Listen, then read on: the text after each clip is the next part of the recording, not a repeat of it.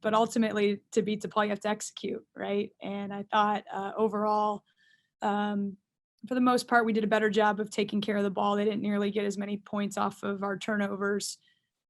I still think we're a work in progress with that. But it was awesome to see just the confidence in the locker room afterwards, knowing they clinched the 2 seed, and just to see them obviously in the rivalry game win was great. Ben Steele, if you want to go ahead and start us out with a question. Hey, Coach, I guess the biggest question is, are you going to be listed on the injury report after all those chest bumps you were handing out the other day? The student athlete experience right now is a little rough with all the COVID. So we try and have as much fun as we can that we're allowed to without, getting in trouble. But, oh man, I hit the IR quick after that. I got a couple old injuries from my playing days, and I'm like, well, afterwards I was like, I hope it was worth it, because my knees are aching now, and all that. But yeah, just great moments that we were fired up, and I didn't know I don't really chest bump ever in general, so that was something different for me. But love the energy of our team, and we'll do it. If that's who knows, if we could beat UConn, maybe we'll have something else planned. Yeah, and studying UConn, what do you think you guys need to do differently this time than the first matchup? Yeah, I want us to come in with more confidence. I know we're going out to their place, but I thought there is a psychological battle with playing them, and I thought we were a little bit back on our heels after that first quarter.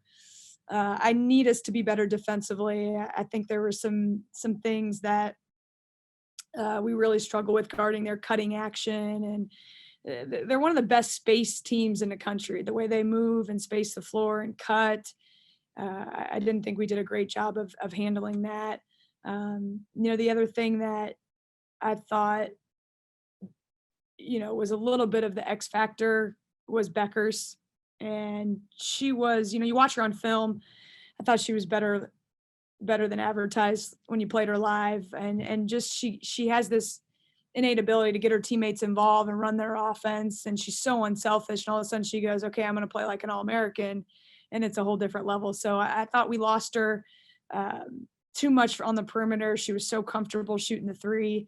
So I think we need to do a little bit better job on her, and that can kind of hopefully slow them down a little bit as well.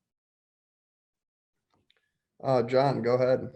Coach, it seems at times this season that you guys aren't able to shoot the 3, but you win in different ways of the game. How important do you think that is going to be to the DNA, not just for UConn, but heading into the Big East and hopefully the NCAA to win through your bench, win through the paint, or any other possibility to replace the 3-point shooting?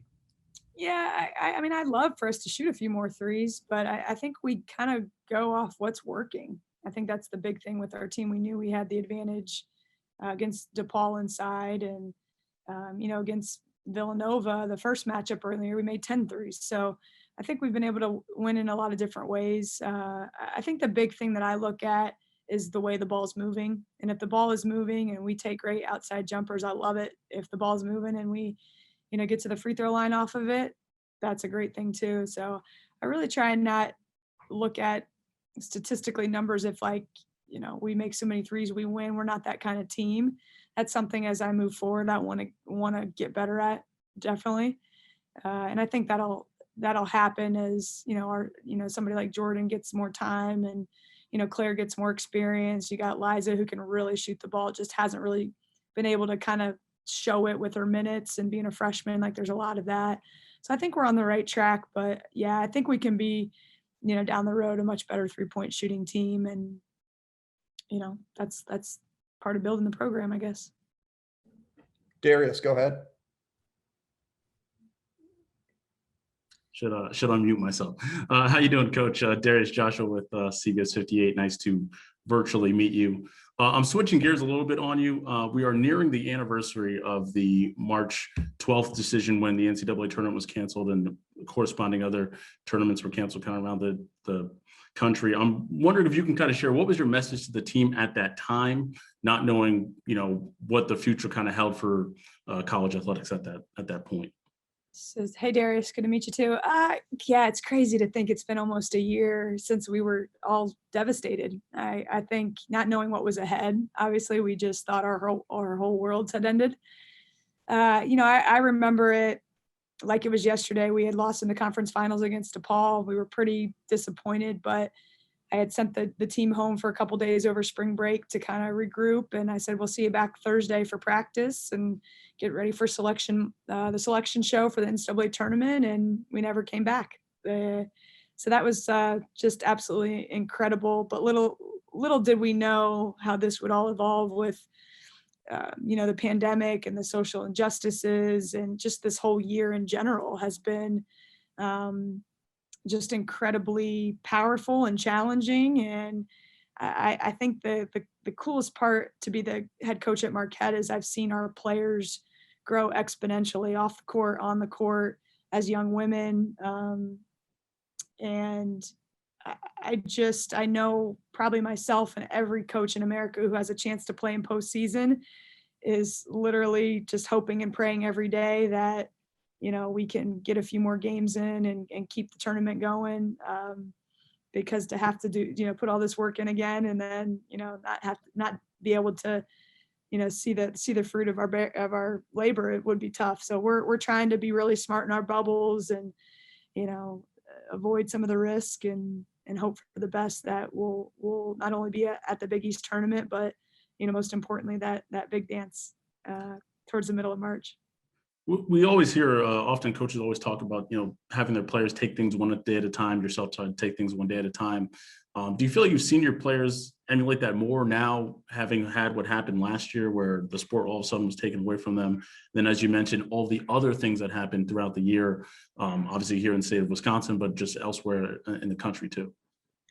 I think, I've always been one of the coaches that says take one day at a time, but never did I realize what that meant until last year happened.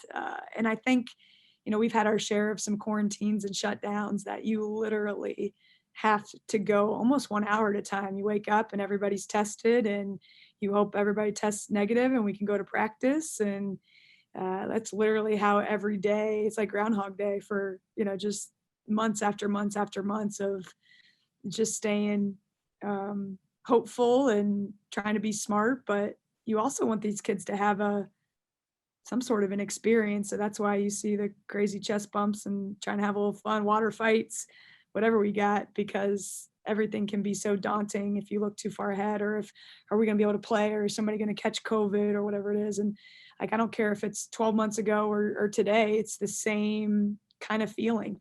So we try not to take it for granted and just be appreciative of every moment we have, especially here in the last 2 weeks where it matters the most. And one more for you kind of on this, are those sort of the biggest benefits, those little moments of that joy in there, kind of finding that? And you think for your players that will be something down the line they'll look back on and just find those little bit of moments in this craziness that they were able to have some of that success there? We try to have great balance with our players, meaning if we're out on the East Coast and we're in New York City, we go to a Broadway show or, go see the Rocky Stairs in Philly, and just some of those things we've never, just going out to eat. We can't do any of that. So our new fun and moments are, being silly and kind of corny and jumping around and sharing something on social media or something, just to keep the mood light. I think we've also have really locked into trying to bring about change in on our campus and here in Milwaukee, and just really get to know each other as, Black and white women on our team and try and learn about each other's differences. So there's been a unique kind of dynamic this year, unlike any other year I've ever been a part of, which is awesome. So I think if we look back at the end of this year, I hope it's been rewarding, and I hope there's been, as much as we can't say we've done maybe the normal kind of activities, that we've found value in building greater relationships this season. Thank you. Mm-hmm. Sam, go ahead. Hey, Coach, congrats on the big win.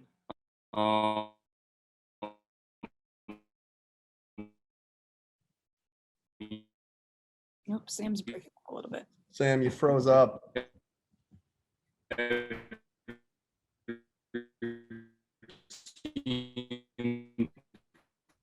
Playing the best basketball this season. I know we talked about, how fun is it really can go if I'm frozen. Sam, we didn't hear you.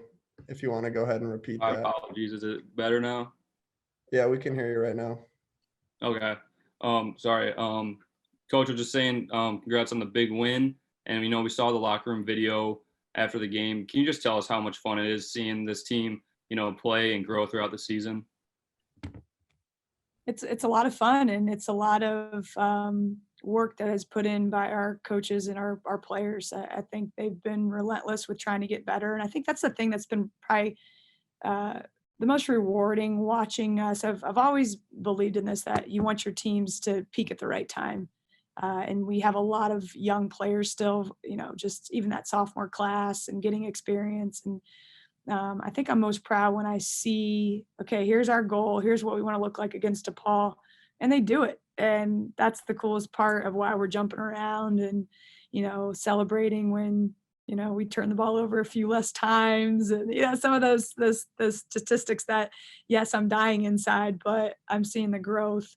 And then I think the big thing for having fun in the moments is like, now this is what it's all about. This is like the March Madness. Like, I know you got to play UConn at UConn and last game of the season, but I said, despite what happens in that game, like, this is what it's all about. And we got a taste of that last year at the Big East tournament, going all the way when we were picked 9th to play in the finals. And now it's a different kind of experience with this group that was there last year. And I just want to see them, have the opportunity to play games and put their best foot forward to see who we can beat.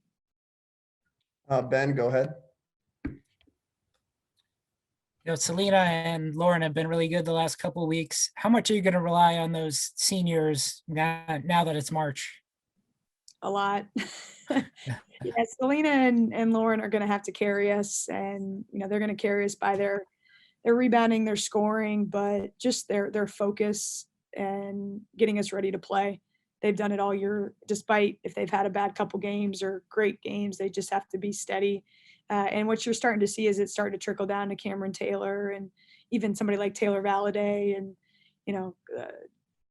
pretty much that whole big group of 6 who are playing a lot of minutes. It starts with them, their voices in the locker room. And I think even they're both, I'm looking forward to seeing them on Monday, because I know they weren't real thrilled with their first game against UConn. So it'll be fun to see them try and bounce back. And they know what this is all about, and we trust them a lot. All right, this will be the last question for Coach. John, go ahead. Coach, kind of going off of that, Lauren has scored in double-digit figures all but 4 games this season. What do you respect the most about the presence she brings to the team on and off the court? Lauren is a blue-collar worker every single day. And for you to bring up that statistic of double figures, there's a direct correlation. The way she works, the way she prepares, the way she keeps her mental side steady. I don't have to worry about her. And I know that there's going to be a ton of opportunities for her to be successful when you prepare and you work like that. And it's a great example for our younger players. I think her and Cameron Taylor have had a great connection because of that. They've taught each other how to work. Cam's probably pushed her to be a little tougher at times, and Lauren has shown her the way on what it means to prepare and have a great mental game. And I mean, Lauren is I know she's going to give everything she has this remaining last couple weeks.